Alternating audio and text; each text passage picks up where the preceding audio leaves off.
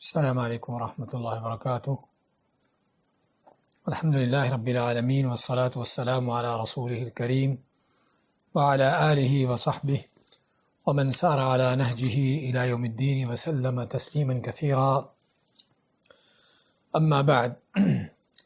آج ہمارا علوم شرعیہ کا فقہ الصلاۃ میں درس رہے گا کہ نماز کے مسائل، جس میں ہم نے سابقہ درس میں نماز میں ممنوع چیزیں یعنی جو چیزیں ناجائز ہیں اس کے حوالے سے بات چیت کی تھی کہ نماز میں کیا کیا چیزیں ناجائز ہیں، اور بعض وہ چیزیں جن سے نماز باطل ہو جاتی ہے اس کا بیان ہوا تھا، اور بعض وہ چیزیں کہ جو نماز میں مکروہ ہیں ان کا ذکر ہوا تھا۔ اس کے بعد آج انشاءاللہ نماز نفل کے مسائل ہم لیں گے۔ نماز نفل کے حوالے سے سب سے پہلے تو نوافل کی اہمیت کیا ہے، یا اس کی فضیلت کے حوالے سے تو اس میں کئی ایک احادیث ہیں۔ صحیح بخاری میں ہے ابو ہریرہ رضی اللہ تعالیٰ عنہ کی حدیث کہ آپ نے فرمایا، بلکہ اللہ تعالیٰ فرماتا ہے حدیث قدسی میں، وما يزال عبدی يتقرب الی بالنوافل حتی احبہ، کہ میرا بندہ نفل عبادت کر کے میرا تقرب حاصل کرتا رہتا ہے حتیٰ کہ میں اس سے محبت کرنے لگ جاتا ہوں۔ تو اس سے معلوم ہوا کہ نوافل جو ہیں وہ اللہ کی محبت کو پانے کا ایک بہت بڑا ذریعہ ہے۔ اسی طرح ربیعہ ابن کعب الاسلمی کی حدیث ہے صحیح مسلم میں، فرماتے ہیں کہ میں نبی کریم صلی اللہ علیہ وسلم کی خدمت کیا کرتا، آپ کے لیے وضو کا پانی وغیرہ لاتا، تو ایک دن آپ نے خوش ہو کے کہا کہ اے ربیعہ، اگر کچھ مانگنا چاہتے ہو تو مانگو۔ تو ربیعہ فرماتے ہیں اسألک مرافقتک فی الجنہ، کہ نبی کریم صلی اللہ علیہ وسلم اگر آپ نے سوال کرنے کا موقع دیا ہے تو میرا سوال یہ ہے کہ میں جس طرح دنیا میں آپ کے ساتھ ہوں جنت میں بھی آپ کے ساتھ رہوں۔ اور یہ ہے صحابہ اکرام کی آپ سے محبت کا انداز۔ تو جب ربیعہ ابن کعب نے آپ سے سوال ایسا کر دیا جو کہ آپ کے اختیار میں نہیں تھا، ہمارے کسی ملا پیر سے کیا ہوتا تو اس کو تھپکا کے کہتا ملا کہ آپ جنت میں میرے ساتھ ہی ہوگے، کہیں دور کہاں جانا آپ نے۔ لیکن نبیوں کے سردار، جہانوں کے امام، کہ جو اللہ تعالیٰ کے مقام، اس کی شان کو جانتے ہیں اور سب سے بہتر جانتے ہیں، اور آپ کو اس بات کا علم ہے کہ اللہ کے اختیارات میں سے آپ کے پاس اس کا کچھ حصہ نہیں ہے، تو آپ نے ان کو کیا فرمایا، فَأَعِنِّي عَلَى نَفْسِكَ بِكَثْرَةِ السُّجُودِ، کہ اگر آپ چاہتے ہو کہ جنت میں میرے ساتھ رہو تو پھر میری مدد کرو اپنے سوال کے پورا ہونے کے لیے۔ کس چیز سے؟ بِكَثْرَةِ السُّجُودِ، زیادہ سجدے کرنے سے۔ مقصد آپ کا کیا ہے کہ زیادہ سجدے کرو گے اللہ کے زیادہ قریب ہوگے، اور جس قدر تمہیں اللہ کا قرب حاصل ہوگا میں تمہارے لیے دعا کروں گا، اللہ تمہارے حق میں میری دعا کو قبول کر لے گا۔ ورنہ کسی کو جنت میں اپنے ساتھ رکھنا تو دور کی بات، کسی کو جنت میں لے جانا بھی میرے اختیار میں نہیں ہے۔ تو یہ ہے اللہ کے ان بندوں کا حال جو اللہ کی شان و عظمت کو جانتے تھے اور اپنی حقیقت کو پہچانتے تھے، ہمارے گمراہ کن ملا پیروں کے برخلاف کہ جنہوں نے جنت کے ٹھیکے اپنے ہاتھ میں رکھے ہوئے ہیں۔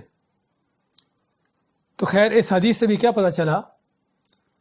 کہ کثرت سے نفل نوافل، کیونکہ آپ کا یہ فرمانا کہ زیادہ سجدے کرو، اس سے مراد جو ہے زیادہ نفل پڑھو، تو یہ وہ چیز ہے کہ جو نہ کہ صرف جنت کو جانے کا ذریعہ ہے بلکہ اللہ سے اپنی حاجات کو حاصل کرنے کا ذریعہ ہے۔ اور اگر کوئی رسول کریم صلی اللہ علیہ وسلم کی مرافقت آپ کی رفاقت چاہتا ہو جنت میں، تو اس کو بھی حاصل کرنے کے لیے یہی طریقہ ہے کہ اللہ کی زیادہ سے زیادہ نفل عبادت کی جائے۔ اسی طرح نوافل کی اہمیت کے پیش نظر ابو ہریرہ کی حدیث ہے، جسے ابو داؤد ترمذی نے روایت کیا ہے اور علامہ البانی رحمۃ اللہ علیہ نے اس کو صحیح قرار دیا ہے،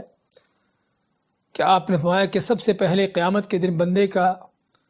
اس کے فرائض کا حساب ہوگا، فرض نماز کا، فرض روزے کا، فرض زکوٰۃ کا۔ تو اللہ تعالیٰ جب بندے کے کسی فرض میں کمی ہوگی تو فرشتوں کو حکم دے گا کہ انظروا هل لعبدی من تطوع، کہ دیکھو میرے اس بندے کی کوئی نفلی عبادت بھی ہے، یہ نمازوں کے فرض نمازوں کے ساتھ کوئی نوافل بھی ہیں، فرض روزوں کے ساتھ کوئی نفلی روزے بھی ہیں، فرض زکوٰۃ کے علاوہ کوئی صدقے خیرات بھی ہیں۔ تو فرشتوں کو اللہ حکم دے گا کہ دیکھو میرے اس بندے کی کوئی نوافل بھی ہیں، تو آپ نے فرمایا فَيُكَمَّلُ بِهَا مَنْ تَقَصَ مِنَ الْفَرَائِضِ وَمِنْ فَرَائِضِهِ، کہ جو اس کے فرائض میں کمی رہ جائے گی یہ اس کے نوافل سنتوں سے پوری ہوگی۔ تو اس سے ہمیں پتہ چلتا ہے کہ نفل اور سنتیں،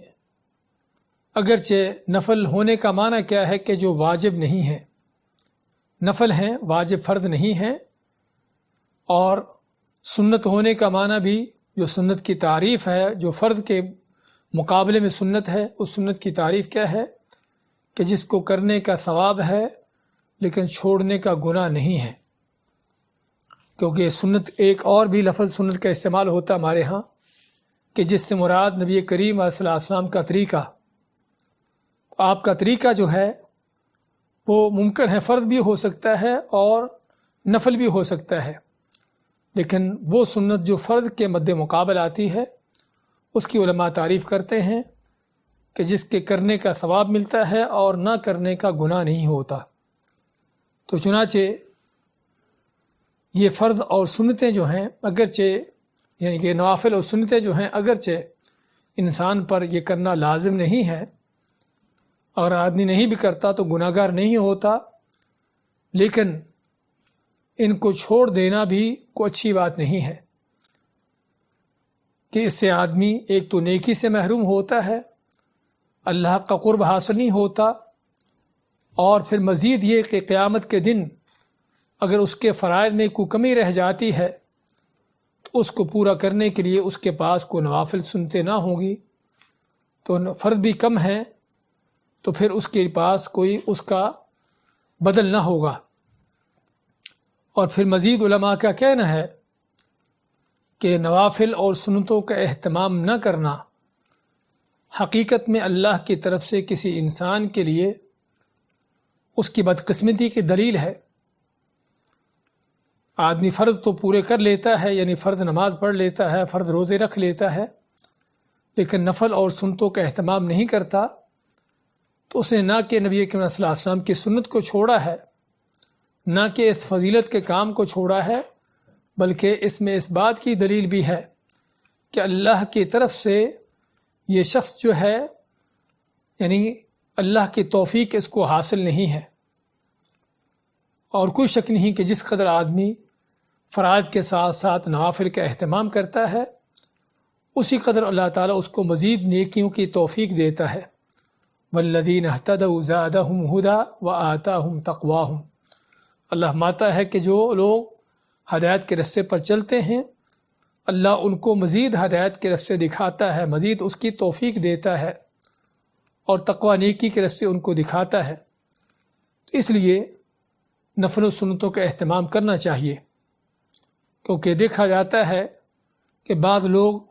صرف فرائض کو ادا کرنے کی حد تک اکتفا کر لیتے ہیں، اور یہ حقیقت میں اللہ کی رحمت سے محرومی ہے۔ تو چنانچہ نماز نفل کے مسائل کیا کیا ہیں؟ سب سے پہلے نوافل کی تقسیم ہے کہ فرائض کے علاوہ باقی نماز جتنی بھی ہے نفل ہے، یعنی اصل نماز کی دو قسمیں ہیں، یا فرض ہے یا نفل ہے، اور فرائض کی کوئی تقسیمات نہیں ہیں، فرائض سبھی ایک ہی حیثیت سے ہیں، لیکن نوافل کے علماء نے تقسیم کی ہے کہ نوافل میں سے کچھ کو ہم سنت کا نام دیتے ہیں اور کچھ کو نفل کا نام دیتے ہیں، اور اس سے معلوم یہ ہونا چاہیے کہ سنتیں بھی اصل میں نفلوں کے زمرے میں آتی ہیں، نفلوں کے دائرے میں ہی ہیں، یعنی فرض کے مد مقابل ہیں، تو سنتیں بھی نوافل میں ہی شامل ہیں۔ لیکن ان نوافل کو سنتیں کیوں کہا جاتا ہے؟ کیونکہ یہ وہ نوافل ہیں کہ جنہیں نبی اکرم صلی اللہ علیہ وسلم نے پڑھنے کا اہتمام کیا ہے۔ اور سنتوں کی بھی آگے دو قسمیں ہیں، جس طرح کہ ہم جانتے ہیں کہ سنت مؤکدہ ہے اور سنت غیر مؤکدہ ہے۔ تو سنت مؤکدہ ہونے کا معنی جو فرضوں کے پہلے یا بعد میں پڑھی جاتی ہیں، تو سنت مؤکدہ ہونے کا معنی کہ جو سنتیں نبی کریم صلی اللہ علیہ وسلم نے اہتمام کے ساتھ باقاعدگی سے پڑھی ہیں ان کو ہم سنت مؤکدہ کہتے ہیں۔ اور ان سنت مؤکدہ میں سے سب سے زیادہ تاکید کی جو سنتیں ہیں وہ فجر کی سنتیں ہیں، اور اس کے مقابلے میں کچھ دوسری سنتیں ہیں جن کو غیر مؤکدہ کہتے ہیں کہ نبی صلی اللہ علیہ وسلم نے پڑھی تو ہیں وہ، لیکن باقاعدگی سے نہیں پڑھی، کبھی پڑھ لی کبھی چھوڑ دی۔ تو وہ نوافل جنہیں آپ صلی اللہ علیہ وسلم نے پڑھنے کا اہتمام کیا ہے، چاہے باقاعدہ پڑھا ہو یا کبھی پڑھا کبھی چھوڑا ہو، ان کو ہم سنت کا نام دیتے ہیں۔ اگر باقاعدہ پڑھا ہے تو سنت مؤکدہ کہہ دیتے ہیں، اور اگر باقاعدہ نہیں ان کا اہتمام کیا تو ان کو سنت غیر مؤکدہ کہتے ہیں، جس کی انشاءاللہ آگے تفصیلات آئیں گی۔ اور اس کے مقابلے میں سنت کے مقابلے میں نفل ہے، اور نفلوں کی بھی دو قسمیں ہیں، نفل خاص ہیں اور نفل عام ہیں۔ نفل خاص کون سے ہیں؟ کہ وہ نوافل جنہیں کسی خاص موقع پر پڑھنے کی ترغیب دلائی گئی ہے، جس طرح کہ آدمی مسجد میں داخل ہوتا ہے تو تحیت المسجد جمہور علماء کے نزدیک کیا ہے؟ نفل نماز میں سے ہے، لیکن عام نفل نہیں ہے بلکہ مخصوص خاص نفل ہیں کہ جن کو آپ نے پڑھنے کی ترغیب دی ہے، اور جن کی مناسبت کیا ہے؟ مسجد میں داخل ہونا۔ کسی نے وضو کیا ہے تو وضو کے حوالے سے بھی اس کے لیے بھی 2 رکعتیں پڑھنا یہ بھی ان کے نفل ہے، لیکن عام نفل نہیں بلکہ خاص نفلوں میں سے ہیں۔ اور انہی خاص نفلوں کو ذوات الاسباب کہا جاتا ہے، کہ وہ نفل جن کا کوئی سبب ہے۔ تحیت المسجد کیوں ہے؟ کہ مسجد میں داخل ہوئے تھے۔ تحیت الوضو کیوں ہے؟ کیونکہ وضو کیا ہے۔ تو اس طرح کے جو خاص نفل ہیں ان کو ذوات الاسباب، یعنی ایسے نفل جن کا کوئی سبب ہے، ان کو یہ نام دیا جاتا ہے، اور اسی لیے ان نفلوں کا حکم عام نفلوں سے الگ ہے۔ یعنی یہ نفل جو خاص ہیں، ذوات الاسباب ہے، تحیت المسجد جیسے، ان نوافل کو ممنوع اوقات میں بھی پڑھا جا سکتا ہے، اس طرح کہ ہم آگے اس کی تفصیل بیان کریں گے۔ اور اس کے مقابلے میں عام نفل ہیں۔ عام نفل ہونے کا معنی کہ جو آدمی کسی وقت بھی پڑھ لے، اس کے پڑھنے کی کوئی خاص وجہ نہ ہو، کوئی خاص اس کا سبب نہ ہو، نہ اس کی کوئی خاص مخصوص رکھتے ہیں کہ اتنے پڑھنے ہیں، نہ اس کا کوئی خاص ٹائم ہے، نہ اس کی کوئی خاص وجہ ہے، تو یہ عام نفل ہیں۔ ایسے اوقات جو مکروہ اوقات جن کو ہم کہتے ہیں، ایسے اوقات نہ ہوں مکروہ اوقات کے علاوہ، جس طرح کہ ابھی رات کا وقت ہے عشاء کے بعد سے لے کر فجر تک، تو یہ سارے اوقات، سارا وقت وہ ہے کہ جس میں آپ جتنے بھی نفل پڑھنا چاہیں پڑھ سکتے ہیں۔ ظہر عصر کے درمیان آپ جو بھی نفل پڑھنا چاہیں پڑھ سکتے ہیں۔ سورج ڈھلنے سے پہلے، سورج کے نکلنے سے بعد سے لے کر یہ سارا وقت نفل پڑھنے کا ہے، عام نفل پڑھ سکتے ہیں۔ صرف ممنوع اوقات میں عام نفل نہیں پڑھیں گے، باقی اوقات میں ہم جتنے بھی نفل چاہیں پڑھ سکتے ہیں، ان کو بغیر کوئی تعداد مقرر کیے، بغیر ان کی کوئی ٹائم مقرر کیے، تو یہ عام نفل ہیں۔ تو یہ ہے نمازوں کی تقسیم۔ پھر سے دہراتے ہیں کہ نماز کی اصل تقسیم فرض اور نفل ہے، اور نفلوں کی پھر آگے تقسیم کچھ سنتیں ہیں اور کچھ نوافل ہیں، اور سنتوں میں سے کچھ سنتیں مؤکدہ ہیں، کچھ غیر مؤکدہ ہیں، اور نوافل میں سے کچھ نفل خاص ہیں کہ جن کا کوئی سبب ہے، جن کی کوئی وجہ ہے، اور کچھ نفل عام ہیں کہ جن کا کوئی سبب یا وجہ نہیں ہے۔ آپ کے پاس مسئلہ نمبر 182 میں نماز ظہر سے قبل 4 اور بعد میں 2، نماز مغرب کے بعد 2، نماز عشاء کے بعد 2 اور نماز فجر سے پہلے 2 رکعتیں پڑھنا یہ سنت مؤکدہ ہیں کہ جن کے پڑھنے والوں کے لیے اللہ تعالیٰ جنت میں گھر بناتا ہے۔ اس کے بارے میں ام المؤمنین عائشہ رضی اللہ تعالیٰ عنہ کی حدیث ہے، فرماتی ہیں کہ رسول کریم صلی اللہ علیہ وسلم نے فرمایا من ثابر علی 12 رکعۃ من السنہ بنى اللہ لہ بیتا فی الجنہ، کہ جو سنت کے طور پر 12 رکعتوں کا دن رات میں اہتمام کرتا ہے تو اللہ تعالیٰ جنت میں اس کے لیے گھر بناتا ہے۔ وہ 12 رکعتیں کیا ہیں جس کا ہم نے ذکر کیا؟ 4 رکعات قبل الظہر، 4 رکعتیں ظہر سے پہلے، ظہر کے فرضوں سے پہلے، ورکعتین بعدہا، اور 2 رکعتیں فرضوں کے بعد، ورکعتین بعد المغرب، اور 2 رکعتیں مغرب کی نماز کے بعد یعنی مغرب کے فرضوں کے بعد، ورکعتین بعد العشاء، اور 2 رکعتیں عشاء کے فرضوں کے بعد، ورکعتین قبل الفجر، اور 2 رکعتیں فجر کے فرضوں سے پہلے۔ تو یہ ابو داؤد، ابن ترمذی، ابن ماجہ کی صحیح حدیث ہے کہ جس میں آپ نے ان سنت مؤکدہ کی پڑھنے کی فضیلت بیان کی کہ جو آدمی ان 12 رکعتوں کو سنت کے طور پر پڑھتا ہے دن میں، اللہ تعالیٰ جنت میں اس کے لیے گھر بناتا ہے۔ اور یہ بعض اوقات الفاظ تو ہمیں معمولی سے لگتے ہیں کہ جنت میں گھر بنانا، لیکن ہم دنیا کے گھروں سے ہی اندازہ لگ جاتا ہے کہ گھر بنانا کتنا مشکل ہے۔ دنیا میں مٹی سیمنٹ کے گھر ہوتے ہیں کہ جن کو بنانے پر انسان کے کیا کیا اس کو محنتیں ہوتی ہیں، اس کے مال خرچ ہوتے ہیں، کتنا ٹائم لگتا ہے، اور بہت سے لوگ بیچارے ایسے ہوتے ہیں کہ جن کی زندگی کی پوری کمائی ہی گھر بنانے پر ہی لگ جاتی ہے۔ تو اللہ تعالیٰ صرف ان 12 رکعتوں کو سنت کے طور پر پڑھنے سے جنت میں گھر بناتا ہے، اور گھر بھی کوئی مٹی سیمنٹ کا نہیں ہے، وہ جس کے سونے اور چاندی کی اینٹیں ہیں، وہ گھر جو ہیروں کو تراش کر بنائے ہوتے ہیں، اور ان گھروں کے اندر اللہ تعالیٰ کی کیا نعمتیں ہیں۔ تو اس سے پتہ چلتا ہے کہ کتنا عظیم کام ہے، فضیلت کا کام ہے جس کا اہتمام کرنے کی ضرورت ہے۔ مسئلہ نمبر 183 میں 183 میں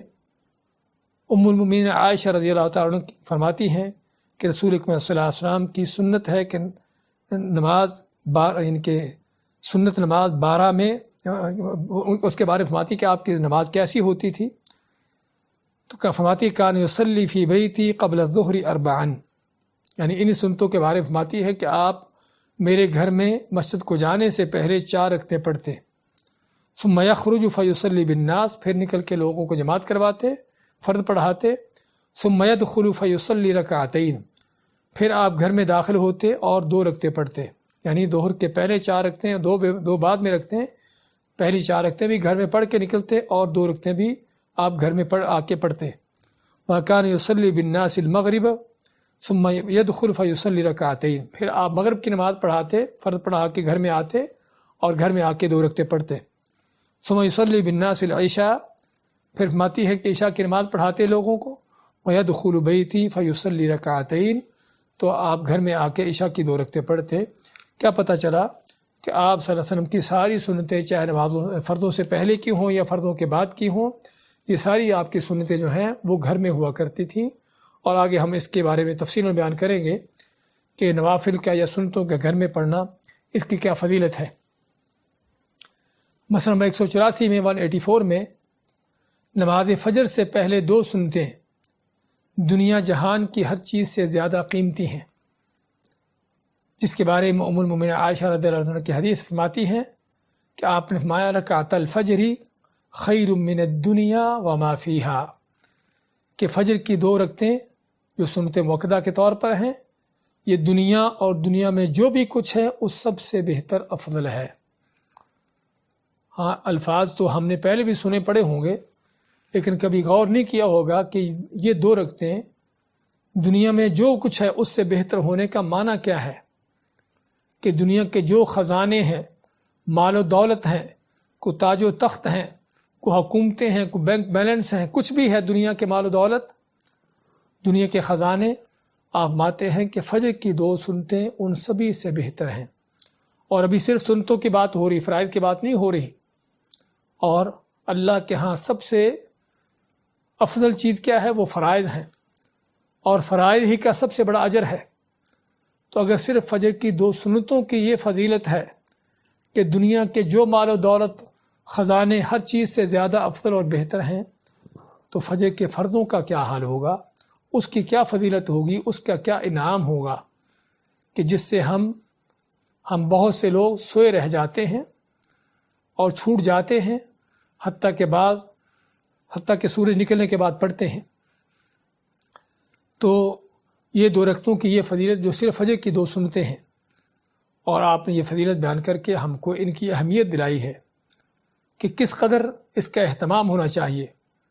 کہ یہاں پر تو یہ فرمایا جا رہا ہے کہ دنیا اور دنیا کے اندر جو کچھ ہے اس سب سے بہتر ہے۔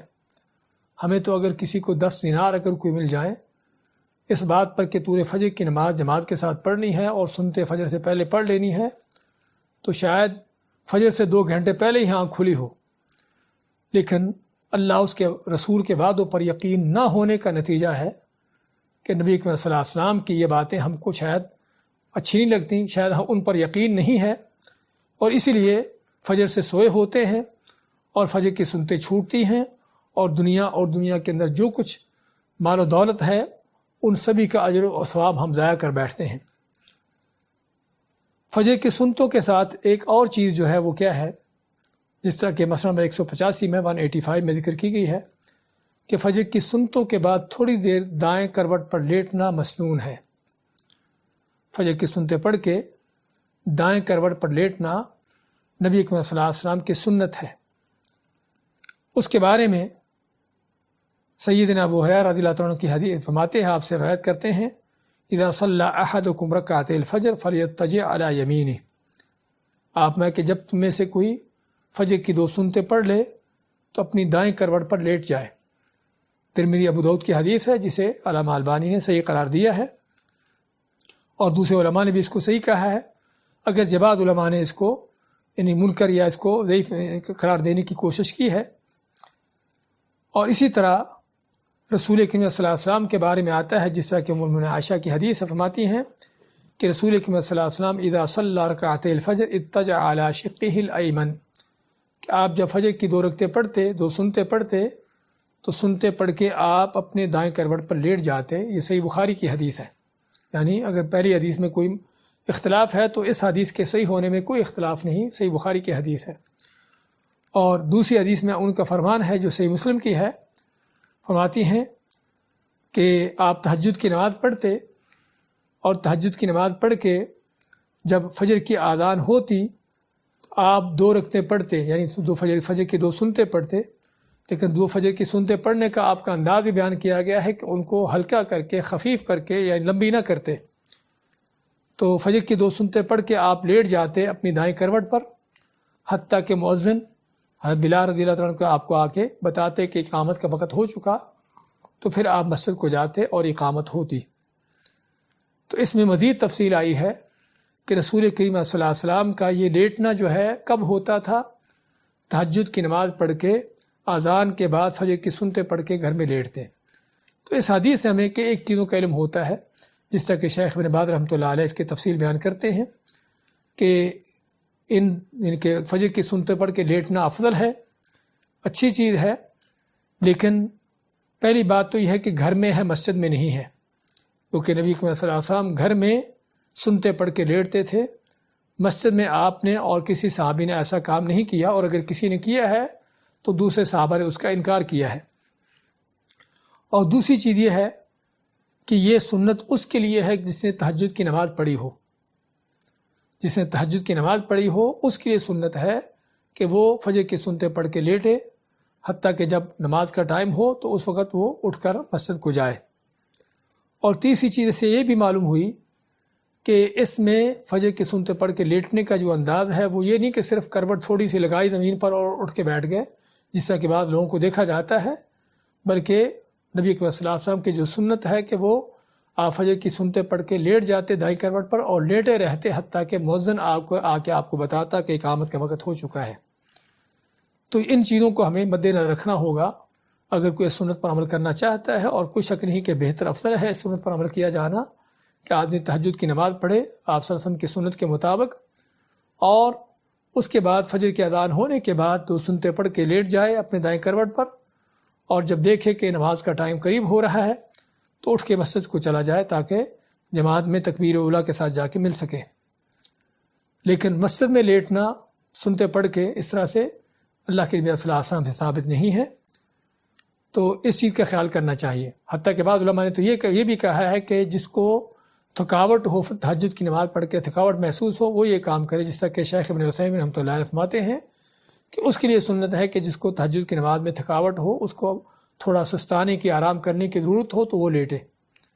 کیونکہ نبی کریم صلی اللہ علیہ وسلم کی تہجد کی نماز لمبی نماز ہوتی تھی، آدھی آدھی رات تک، کئی گھنٹوں تک نماز پڑھتے تھے،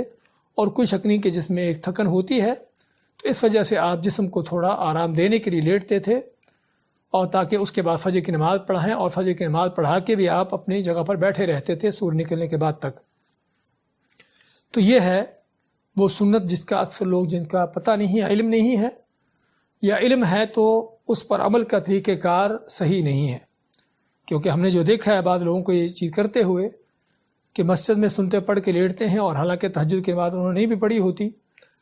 اور لیٹنے کا انداز بھی کیا ہوتا ہے کہ معمولی سی کروٹ لگائی اور اٹھ کے بیٹھ گئے۔ تو اس طرح سے یہ طریقہ کار سنت نہیں ہے، بلکہ سنت یہ ہے کہ جو آپ کو بتایا گیا ہے۔ اس کے بعد مسئلہ نمبر 186 ہے کہ ظہر کی پہلی 4 سنتیں ایک سلام سے ادا کرنا بھی درست ہیں۔ ظہر سے پہلے جو 4 سنتیں ہیں، بہتر طریقہ، افضل طریقہ، جس طرح کہ ابن عمر کی حدیث ہے صحیح بخاری کی کہ نبی کریم صلی اللہ علیہ وسلم ظہر سے پہلے 4 رکعتیں پڑھتے تھے، دو دو کر کے 4 رکعتیں پڑھتے تھے، اور ام المؤمنین عائشہ رضی اللہ عنہ کی حدیث بھی ہے، فرماتی ہیں کہ 4 رکعتیں آپ ظہر سے پہلے پڑھتے۔ بعض حدیثوں میں تو 4 رکعت کا ہی ذکر ہے، اور دوسری حدیثوں میں ذکر ہے کہ آپ دو کر کے پڑھتے تھے، لیکن یہاں پر یہ بیان ہو رہا ہے کہ ظہر سے پہلے 4 رکعتیں جو ہیں وہ ایک سلام سے بھی پڑھنا درست ہیں۔ اس کے بارے میں آپ صلی اللہ علیہ وسلم کا فرمان ہے، اربع قبل الظہر لیس فیہن تسلیم تفتح لہن ابواب السماء، کہ 4 رکعتیں ظہر سے پہلے پڑھنا کہ جس میں سلام نہ ہو، یعنی ایک ہی سلام کے ساتھ 4 رکعتیں پڑھنا۔ ان 4 رکعتیں پڑھنے سے کیا ہوتا ہے؟ اللہ تعالیٰ انسان کے اس عمل کو قبول کرنے کے لیے آسمان کے دروازے کھولتا ہے۔ اور اسی طرح دوسری روایت میں ہے، آپ فرمائے کہ انہا ساعۃ تفتح فیہا ابواب السماء، کہ زوال کے بعد ظہر کی نماز سے پہلے یہ وہ گھڑی ہے کہ جس وقت میں آسمان کے دروازے کھلتے ہیں، وَأُحِبُّ أَن يُسْعَدَ لِي فِيهَا عَمَلٌ صَالِحٌ، اور میں چاہتا ہوں کہ اس وقت میرا کوئی نیک عمل اللہ کے ہاں اٹھایا جائے۔ یہ ترمذی کی حدیث ہے جسے علامہ البانی نے اس کی سند کو جید کہا ہے۔ اور بعض روایتوں میں یہ بھی ہے کہ یہ 4 رکعتیں جو ظہر سے پہلے یعنی کہ زوال کے بعد پڑھی جاتی ہیں، یہ تہجد کی نماز کے اجر کے برابر ہیں، یعنی ان کا اجر جو ہے وہ تہجد کی نماز کے اجر کے برابر ہے۔ تو اس طرح کی کئی ایک احادیث ہیں کہ جس سے پتہ چلتا ہے کہ یہ ظہر سے پہلے 4 رکعتیں ایک ساتھ ایک سلام کے ساتھ پڑھی جا سکتی ہیں،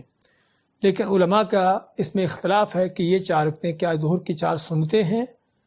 یا سنتوں کے علاوہ کوئی الگ سے نماز ہے۔ تو بعض علماء کا کہنا ہے کہ زوال کے بعد یعنی سورج ڈھلنے کے بعد کہ یہ 4 سنتیں الگ سے ہیں، ظہر کی سنتیں نہیں ہیں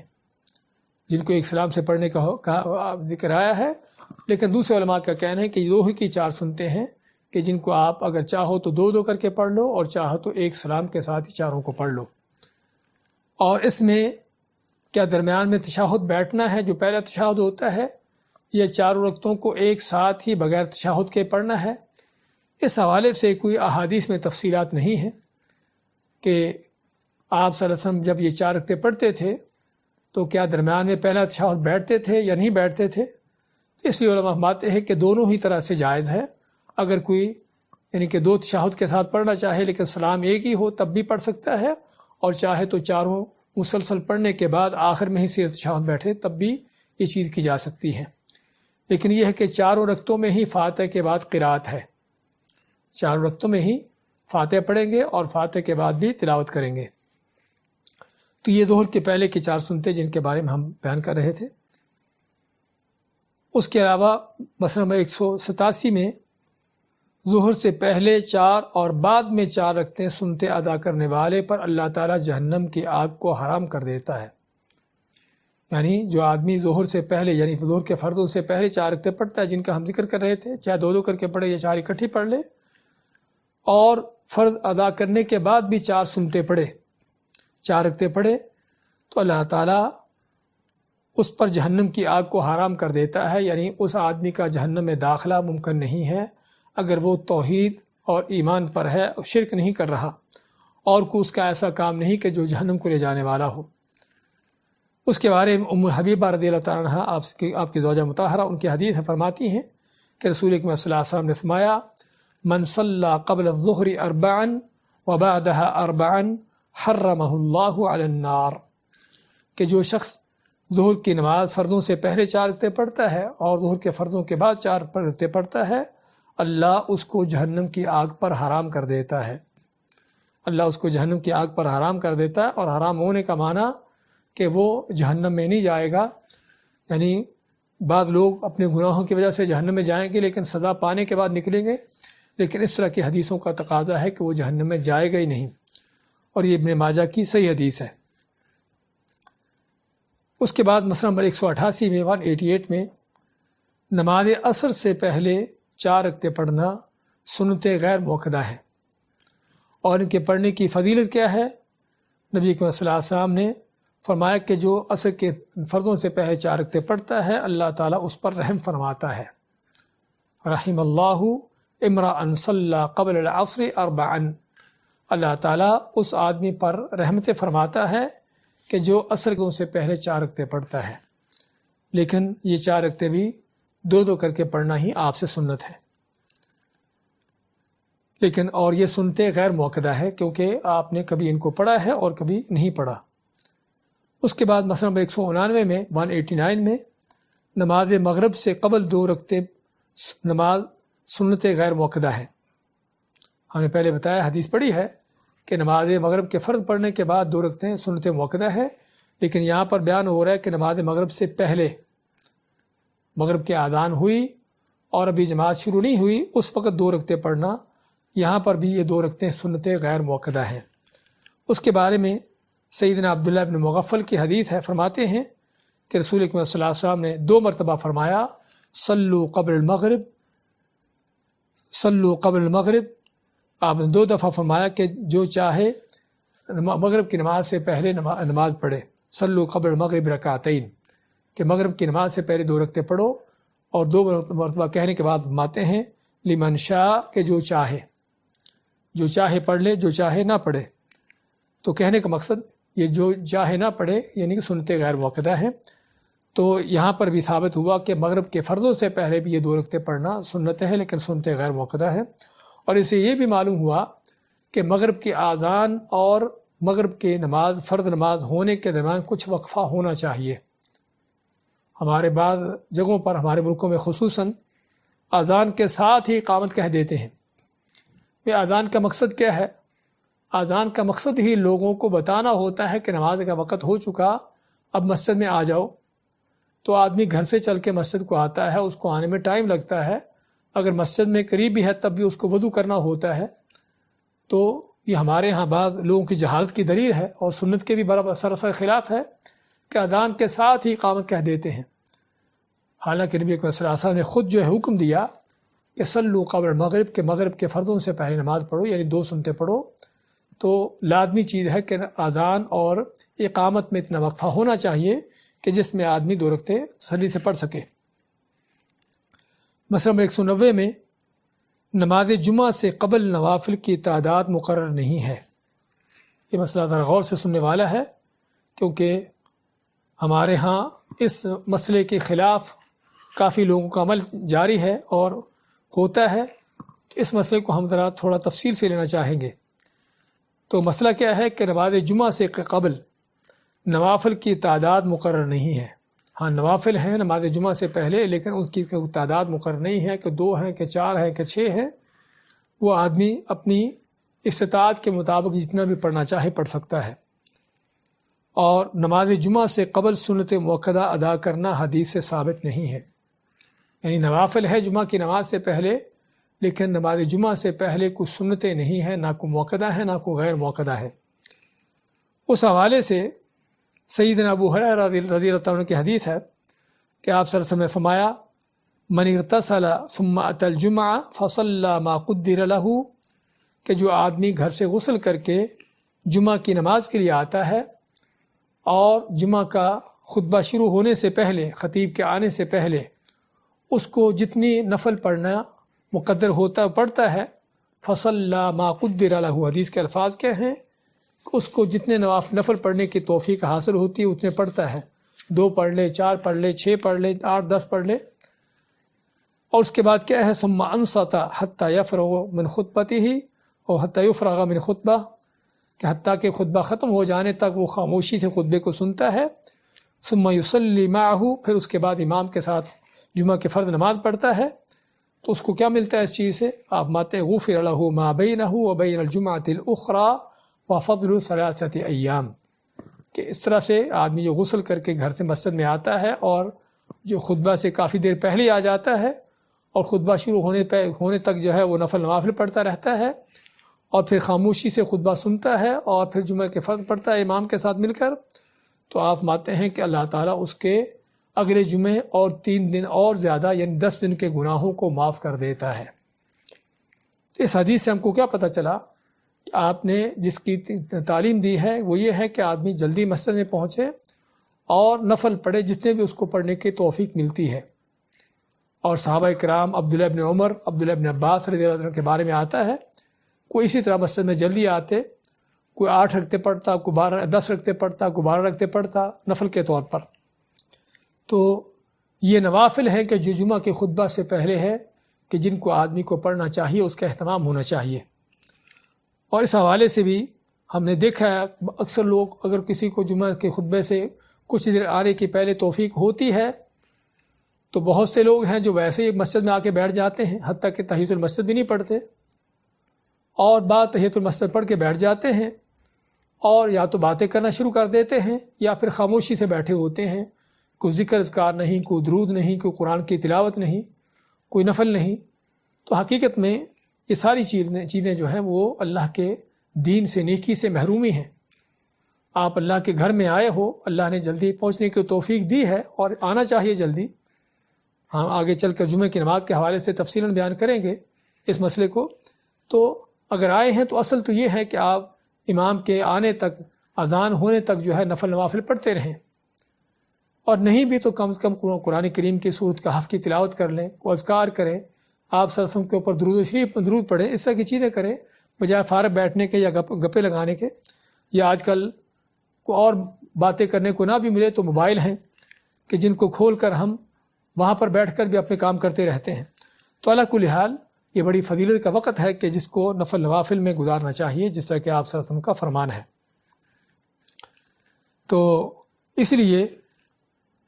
چونکہ اس بارے میں کوئی حدیث نہیں ہے کہ جس میں اللہ کے نبی صلی اللہ علیہ وسلم نے جمعہ سے پہلے کوئی نفل اپنے سنت کے طور پر کوئی سنتے پڑھنے کی تعلیم دی ہو یا آپ نے پڑھے ہوں، اور اگر حدیث ہے تو ضعیف ہے، تاکہ ہم اس بات کو بھی واضح کر دیں۔ مسند بزار کی حدیث ہے ابو ہریرہ سے ہی کہ نبی اکرم صلی اللہ علیہ وسلم کے بارے میں آتا ہے کہ آپ جمعہ سے پہلے 2 رکعتیں پڑھتے اور بعد میں 4 رکعتیں پڑھتے، لیکن امام بزار رحمۃ اللہ علیہ نے اس حدیث کو روایت کرنے کے بعد ضعیف قرار دیا ہے کہ حدیث جو ہے ضعیف ہے۔ اور دوسری حدیث ہے جسے امام اسرم اور طبرانی روایت کرتے ہیں کہ اللہ کے نبی صلی اللہ علیہ وسلم جمعہ کے فرضوں سے پہلے 4 رکعتیں پڑھتے تھے، اور یہ حدیث سخت ضعیف ہے۔ اس میں کئی راوی ہیں کہ جو ضعیف ہیں، اور اس لیے امام اسرم اس حدیث کو روایت کرنے والے جو ہیں جنہوں نے اس حدیث کو بیان کیا ہے خود ہی بتاتے ہیں، فرماتے ہیں کہ انہ حدیث واہن، یہ حدیث سخت ضعیف حدیث ہے۔ اور بعد اسی طرح سے ابن مسعود کی روایت آتی ہے کہ ان سے ذکر آتا ہے کہ انہوں نے روایت کی کہ آپ جمعہ کے خطبے سے پہلے 4 رکعتیں پڑھتے تھے، لیکن یہ بھی حدیث جو ہے ضعیف بھی ہے اور منقطع بھی ہے، یعنی اس کی سند بھی ملی ہوئی نہیں ہے۔ تو علی کل حال یہ چند روایتیں میں اس لیے ذکر کی ہیں تاکہ آپ کو یہ نہ کہے بھی اس بارے میں بھی حدیثیں موجود ہیں۔ ہاں حدیثیں ہیں لیکن اللہ کے نبی کی حدیثیں نہیں ہیں، آپ سے ان کا ثبوت نہیں ملتا،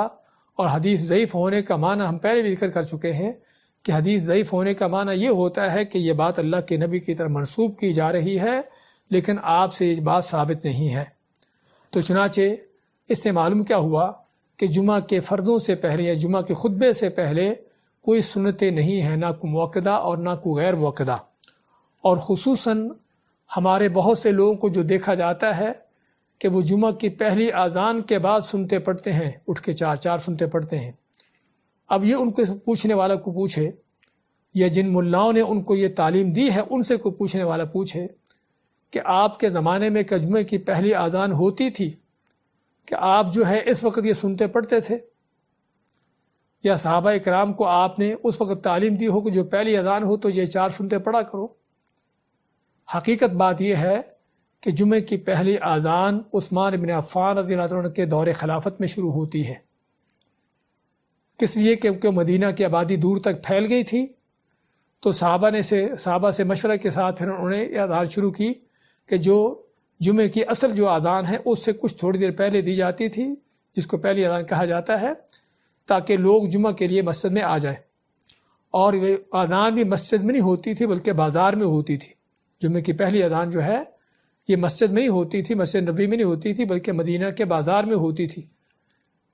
لوگوں کو تنبیہ کرنے کے لیے کہ جمعے کا وقت قریب ہو رہا ہے، تاکہ اپنے کاروبار، لین دین، خرید و فروخت چھوڑ کر جو ہے مسجد کو پہنچیں۔ تو اصل یہ ہے کہ عثمان بن عفان رضی اللہ عنہ کے دور میں یہ اذان شروع ہوتی ہے۔ نہ آپ کے زمانے میں اس اذان کا وجود تھا، نہ ابو بکر صدیق کے زمانے میں، نہ عمر فاروق کے دور میں۔ تو اگر اذان ہی پہلی نہیں تھی تو پھر اس کے بعد یہ 4 سنتے کہاں سے لے آئے؟ اور پھر اسی مسئلے سے ہم کو ایک بہت بڑی بات کا اندازہ ہوتا ہے کہ ہمیں کس انداز سے ایسے غلط مسئلے بتائے گئے ہیں کہ جن کی دین کے اندر کوئی اس کی وجود ہی نہیں، اس کی کوئی حقیقت ہی نہیں ہے۔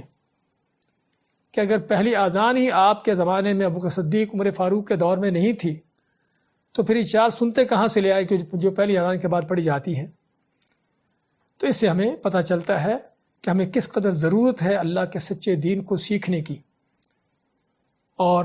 میں اس بات پر اسی لیے تھوڑی تاکید سے بات کر رہا ہوں کیونکہ یہ وہ عمل ہے، یہ وہ چیز ہے کہ جو ہمارے 99% لوگ کرتے ہیں، کہ جیسے ہی پہلی اذان ہوتی ہے جمعے کی، آگے بیٹھے ہوتے ہیں، پہلے سے گپ شپ لگا رہے ہوتے ہیں، اور جب جیسے ہی پہلی اذان ہوتی ہے فوراً اٹھ کے وہ 4 رکعتیں پڑھنا، 4 سنتے پڑھنا شروع کر دیتے ہیں۔ تو پتہ چلتا ہے کہ حدیث تو کیا بلکہ اس کا عقل سے بھی کوئی تعلق نہیں ہے، کہ نہ جب پہلی اذان ہی نہیں تھی تو یہ 4 سنتے کہاں سے آ گئی پھر؟ ہاں، جہاں تک اذان کا تعلق ہے تو اذان پہلی جمعے کی ہونا یہ چونکہ خلیفہ راشد عثمان بن عفان رضی اللہ عنہ ہیں، ان کا عمل ہے، صحابہ کے مشورے کے ساتھ انہوں نے شروع کیا ہے، جس پر صحابہ کرام کا اجماع ہے، اور ہمیں اللہ تعالیٰ نبی صلی اللہ علیہ وسلم نے خلفاء راشدین کی سنت پر عمل کرنے کا حکم دیا ہے۔ ہم کہیں گے کہ پہلی اذان سنت ہے، بدعت نہیں ہے،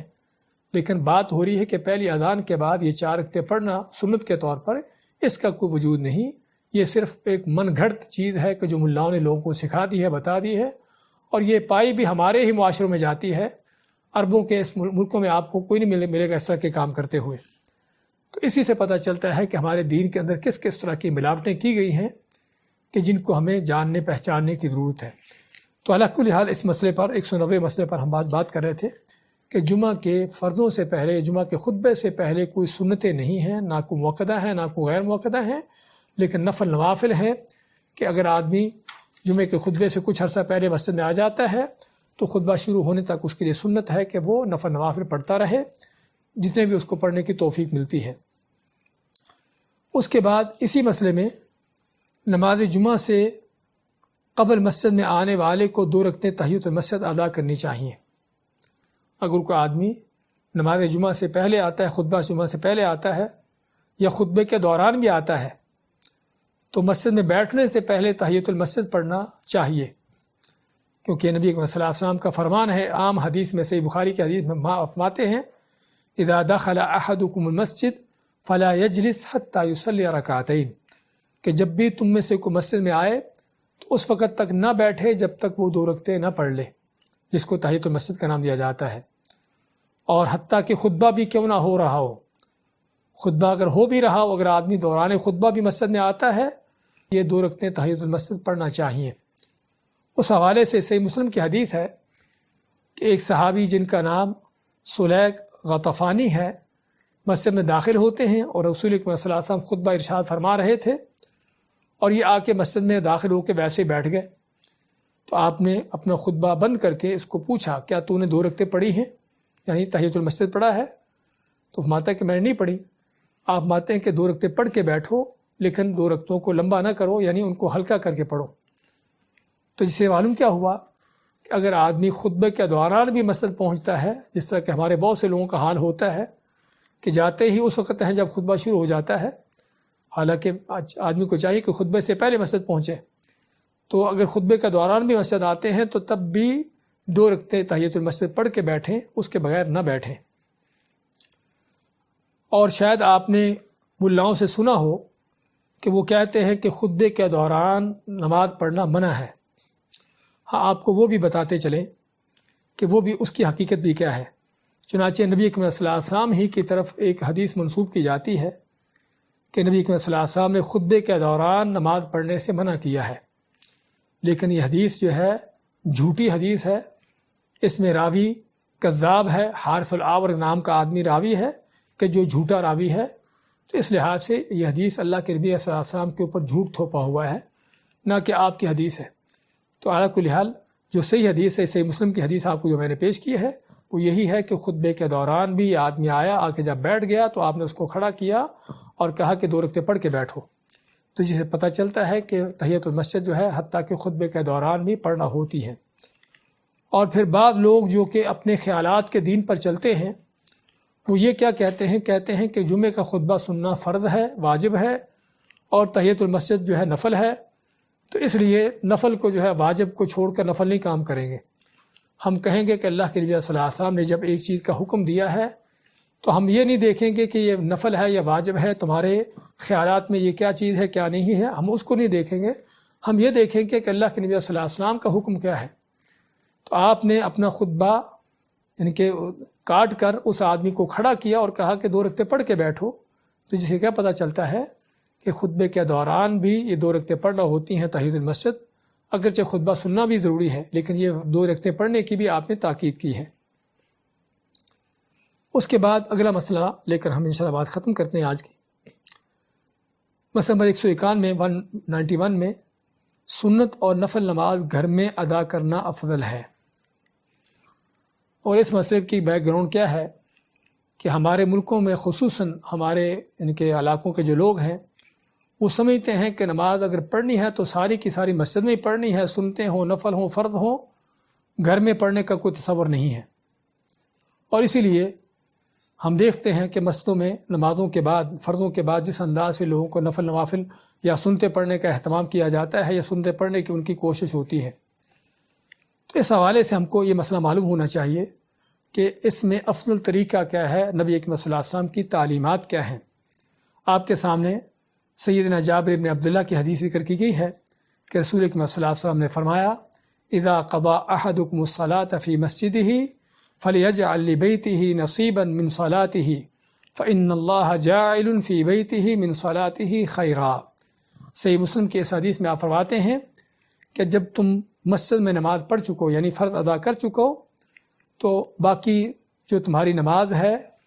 اپنی نماز کا باقی حصہ گھر میں پڑھو۔ کس لیے؟ کیونکہ اللہ تعالیٰ تمہارے گھر کی نماز کی وجہ سے تمہارے گھر میں خیر و برکت پیدا کرتا ہے۔ اور ابھی ہم تھوڑی دیر پہلے ام المومنین عائشہ کی حدیث پڑھ رہے تھے کہ جس میں وہ ذکر کرتی تھیں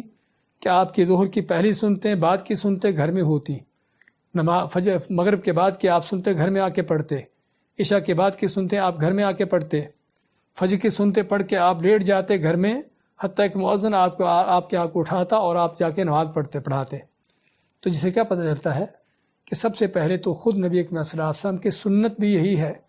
کہ جتنے بھی نفل اور سنتیں ہیں وہ آپ گھر میں پڑھتے تھے، مسجد میں نہیں پڑھتے تھے۔ اور دوسرا، ان سنتوں اور نفلوں کو گھروں میں پڑھنے کی فضیلت کیا ہے جو ابھی آپ سن رہے تھے۔ آپ نے پہلی بات تو باقاعدہ اس کا حکم دیا کہ اپنے سنتوں نفلوں کو گھر میں ادا کرو۔ اس کا فائدہ کیا ہے؟ کیونکہ اللہ تعالیٰ اس وجہ سے تمہارے گھروں میں خیر و برکت پیدا کرتا ہے۔ اور اسی طرح دوسری حدیث آپ کے سامنے دی گئی ہے، آپ میں کہ صلوا ایھا الناس فی بیوتکم، اے لوگوں اپنے گھروں میں نماز پڑھو، یعنی جو نفل یا سنتے ہیں، فإن افضل الصلاة صلاة المرء فی بیتہ الا المکتوبہ، کیونکہ آدمی کی سب سے افضل وہ نماز ہے جو گھر میں پڑھتا ہے سوائے فرض کے۔ ہاں فرض ہے جسے مردوں کو مسجد میں پڑھنا ہوتا ہے، ورنہ افضل نماز جو ہے گھر میں نماز ہے۔ یہ صحیح بخاری مسلم کی حدیث ہے۔ اچھا کتنی افضل ہے ہم یہ بھی دیکھتے چلیں کہ فرائض تو مسجد میں پڑھنے ہیں، لیکن نفل اور سنتے گھر میں پڑھنے کی کیا فضیلت ہے، کتنی فضیلت ہے اس کی۔ اسی حوالے سے رسول اکرم صلی اللہ علیہ وسلم کا فرمان ہے، صلاة الرجل تطوعا حیث لا یراہ الناس تعدل صلاتہ علی اعین الناس 25، کہ آدمی اگر گھر میں جہاں پر اس کو کوئی دیکھنے والا نہ ہو وہاں پر سنتے نفل پڑھتا ہے، تطوعاً، سنت و نفل کی بات ہو رہی ہے، کوئی فرض پر گھر میں پڑھنا نہ شروع کر دے، سوائے کہ مسجد جس طرح بند ہیں وہ الگ بات ہے، ورنہ اصل یہ ہے کہ مرد جو ہے مسجد میں جا کے پڑھے۔ تو آپ مانتے ہیں کہ نفل اور سنتے گھر میں پڑھنے کی فضیلت کتنی ہے کہ آدمی اگر گھر میں ایسی جگہ نماز پڑھتا ہے جہاں اس کو کوئی دیکھنے والا نہ ہو، تو اس کے سنتے اور نفل گھر میں جو پڑھ جاتے ہیں ان کی فضیلت کتنی ہے، 25 گنا اللہ اس کا زیادہ اجر بڑھا دیتا ہے، اس کا اللہ تعالیٰ 25 گنا زیادہ اجر بڑھا دیتا ہے۔ اور یہ ابو یعلا کی حدیث ہے جسے علامہ البانی نے صحیح قرار دیا ہے۔ اور اسی طرح صہیب رومی کی دوسری حدیث ہے، اس میں آپ فرماتے ہیں کہ فضل صلاة الرجل فی بیتہ علی صلاتہ حیث یراہ الناس کفضل المکتوبۃ علی النافلہ۔ آپ مانتے ہیں کہ اگر آدمی ایک نفل یا سنت ہے کہ جو لوگوں کے سامنے پڑھتا ہے، مسجد میں ہو یا کسی جگہ پر ہو، اور دوسرا آدمی وہ نفل سنتے گھر میں ایسی جگہ پر پڑھتا ہے جہاں اس کو دیکھنے والا نہ ہو، تو دونوں کی ان سنت و نفلوں کا کتنا بڑا فرق ہے اجر کا۔ آپ مانتے ہیں کہ جو آدمی گھر میں پڑھتا ہے اس کی گھر کی یہ سنتیں جو نفل جو ہیں، ان کو یہ ہے تو یہ سنتیں یا نفل، لیکن اللہ تعالیٰ اس کے لیے اس کو فرض کا اجر دے رہا ہے، اس کو اتنا اجر دے رہا ہے جو فرض نماز کا اجر ہوتا ہے۔ اور اسے بھی طبرانی نے روایت کیا ہے اور علامہ البانی نے اس کو حسن قرار دیا ہے۔ تو کہنے کا مقصد کہ اتنی بڑی فضیلت ہے گھر میں سنتوں کا اور نوافل کا اہتمام کرنے کی۔ اور اس کے فائدے کیا ہیں؟ ایک تو اجر و ثواب کے لحاظ سے کہ کئی گنا اجر بڑھ دیتا ہے، 25 گنا زیادہ اجر ملتا ہے، یا نفل یا سنتے ہیں لیکن اللہ تعالیٰ اس کا اجر جو ہے فرض نماز کے برابر دے رہا ہے۔ اور دوسرا کیا ہے کہ آدمی ریاکاری سے دور ہو جاتا ہے، مسجد میں پڑھتا ہے، لوگ آس پاس دیکھنے والے ہوتے ہیں، اور شیطان دل میں طرح طرح کے وسوسے بھی ڈالتا ہے کہ لوگ دیکھ رہے ہیں کہ یہ آدمی نمازی ہے اور بڑی پابندی کے ساتھ نماز پڑھتا ہے، تو شیطان اس طرح کے وسوسے ڈال کے نماز کو خراب کرنے کی کوشش کرتا ہے، ریاکاری پیدا کر کے، اور گھر میں پڑھتا ہے جہاں پر اس کو دیکھنے والا کوئی نہ ہو، تو ظاہری بات ہے کہ اس میں ریاکاری سے آدمی دور ہو جاتا ہے، اللہ کے لیے خشوع و خضوع پیدا ہوتا ہے، للہیت پیدا ہوتی ہے، اخلاص پیدا ہوتا ہے اس نماز کے اندر۔ اور جس طرح آپ نے فرمایا کہ اللہ تعالیٰ تمہاری اس گھر کی نماز کی وجہ سے تمہارے گھر میں رحمت اور برکت پیدا کرتا ہے اور گھروں سے شیطانوں کو نکالتا ہے۔ آپ فرمایا کہ اپنے گھروں کو قبریں نہ بناؤ، اپنے گھروں کو قبرستان نہ بناؤ، اپنے گھروں میں قرآن پڑھا کرو، نمازیں پڑھا کرو، کہ کوئی قرآن جب پڑھا جاتا ہے کسی گھر میں اور نمازوں کا اہتمام کیا جاتا ہے تو اللہ کے فضل توفیق سے وہاں سے شیطان نکل جاتے ہیں۔ تو اس لیے ہمیں اس مسئلے کا خود بھی اہتمام کرنا چاہیے اور لوگوں کو بھی اس پر توجہ دلانی چاہیے کہ مسجدوں میں فرائض کا اہتمام کریں، فرض مسجدوں میں جا کر پڑھیں، لیکن فرضوں سے پہلے کی سنتیں ہوں یا بعد کی سنتیں ہوں یا کوئی عام نوافل ہوں، رات کے تہجد کی نماز کچھ بھی ہو، ان کو گھروں میں پڑھنے کا اہتمام کیا جائے۔ اور اس میں ایک سب سے بڑا فائدہ یہ بھی ہے کہ گھر والوں کی تربیت بھی ہوتی ہے، خصوصاً بچے جب دیکھتے ہیں باپ کو کہ وہ نماز پڑھ رہا ہے ان کے سامنے، ان کی بھی تربیت ہوتی ہے۔ تو اس لیے اللہ کے نبی صلی اللہ علیہ وسلم کی سنت بھی ہے، اجر بھی اس کا زیادہ ہے، اور خشوع و خضوع بھی اس میں زیادہ ہوتا ہے، آدمی ریاکاری سے بھی دور ہو جاتا ہے، اور مزید گھر میں نماز پڑھنے کی جو خیر و برکتیں حاصل ہوتی ہیں، اللہ کی رحمتیں نازل ہوتی ہیں اور شیطان وہاں سے نکل جاتے ہیں۔ تو کوئی شک نہیں کہ بہت بڑے فائدے ہیں کہ جن کو ہمیں مد نظر رکھنا چاہیے، اور گھروں میں نفل کا اور سنتوں کا اہتمام کرنا چاہیے اور لوگوں کو بھی اس پر توجہ دلانی چاہیے۔ آج ہم انہی مسائل پر اکتفا کرتے ہیں۔